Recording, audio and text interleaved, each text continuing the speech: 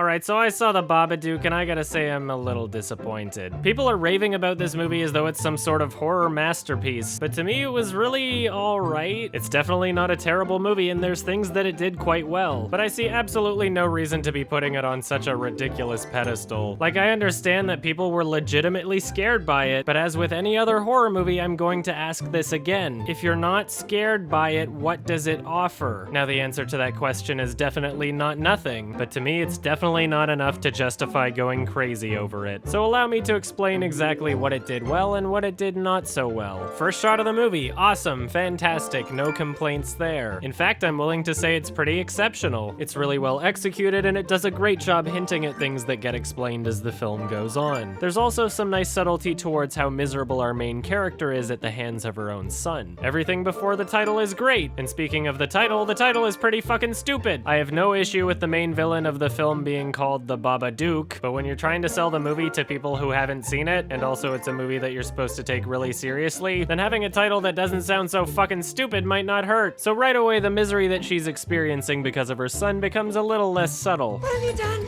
It's not broken, it just slipped. Don't want you firing things off in the house anymore. Wait, watch this. When the monster comes, I'm gonna do this.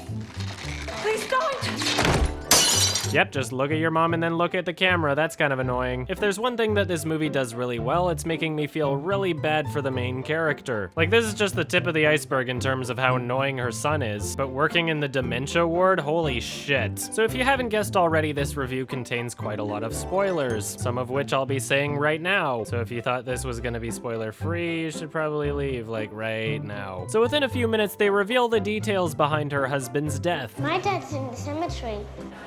Oh, that's He got killed driving Mum to the hospital to have me. Samuel. And all I could think was, holy crap, way to take away the mystery and subtlety. There's no reason why this exact same scene couldn't have taken place at a later point in the film. I felt like if the script was a bit more patient with it, then A, that would have had more effect, and B, the rest of the movie wouldn't feel so ridiculously repetitive. Everything before the opening title is so subtle in its approach, but if you completely reveal everything to its fullest extent within the next 5 minutes, then not only does it make the initial subtlety kind of pointless in the first place, but you miss a giant opportunity to watch things grow and develop, and the rest of the movie just becomes that much more repetitive. Like, there's just so much of this movie that just shows her being emotionally tortured by her son. But just try to imagine if we saw all of that take place and then had that information revealed to us. It would mean that everything that had been shown would suddenly have a new context to it. So not only would the reveal be more powerful, but it would really help improve your second watch with that new information. You can flat out say that the dad's dead if you want, but revealing the fact that her son played such a crucial role in her husband's death at the beginning of the film really makes me kind of feel like the script came prematurely. So much for foreplay. So where some of my issues lie in the overall structure and pacing, there were also quite a bit of moments that really irked me in its presentation. Like, what happens when he climbs this swing doesn't make any sense if you look at where he starts. Alright, so his foot is on that bar and then he climbs up that same bar with his hands and then reaches up to climb up that same bar again. I can see what the director tried to do, but it just did not work. Like, you just wanted it to seem as though the kid was climbing really high, but you didn't have that much of a swing set to work with. I wish I didn't notice that he's climbing up the same bar 3 times, but it's really difficult not to notice. Like, that's the only bar above where he put his foot, and you can see the rest of the swing set out of focus in the background. It's just really kind of sloppy and poorly executed. I know, this is one small part that doesn't really have much of a bearing on the overall film, but trust me, there's a similar but much more damning example of something like this. Was nobody bothered by how horribly executed the birthday party scene was? Your dad died so he didn't have to be with you. That's not true! And your mom doesn't want you.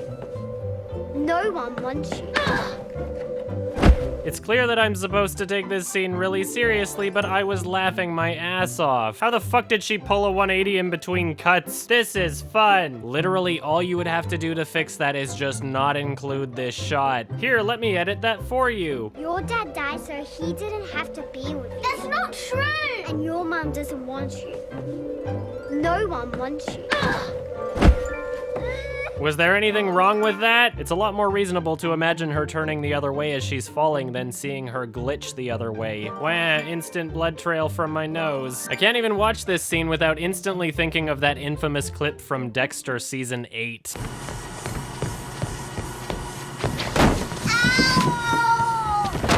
Harrison.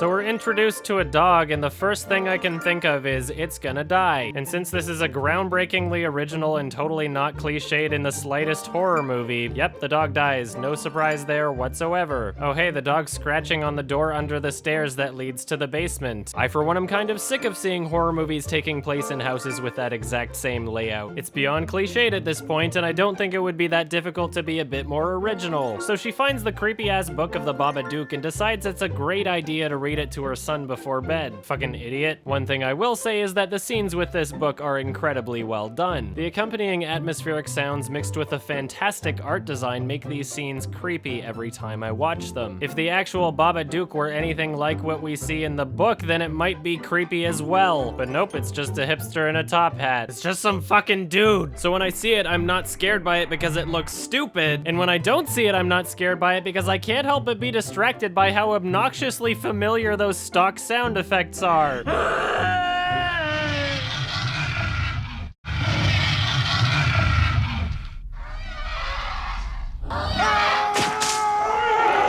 I can understand how someone could be scared during this scene if they've never heard those sounds. Unfortunately, this movie discriminates against people who have heard those sounds.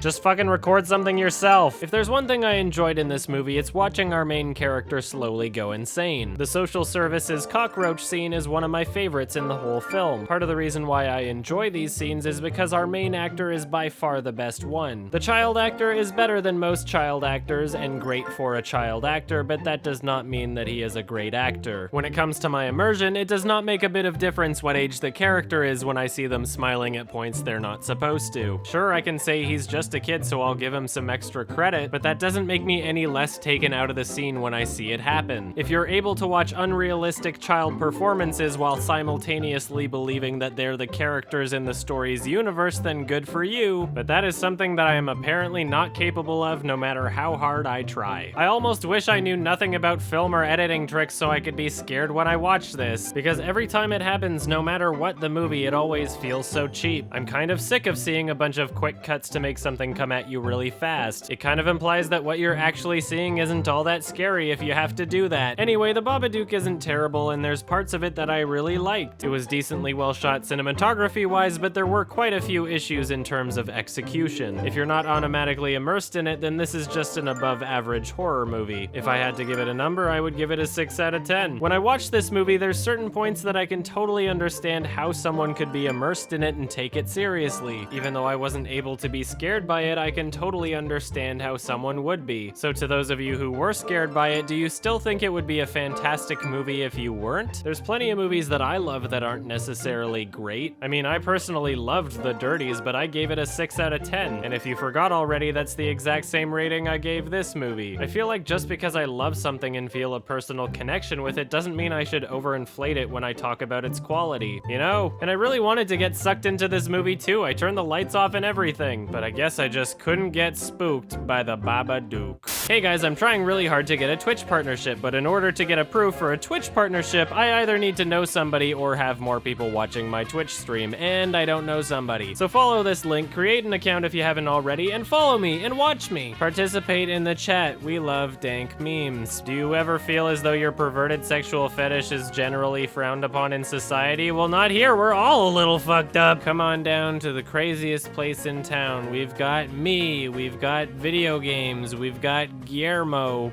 Oh my god, yes, Guillermo. What the fuck? What the fuck is wrong with you, you piece of shit? You fucking asshole. What an asshole. Where were you when Guillermo dipped?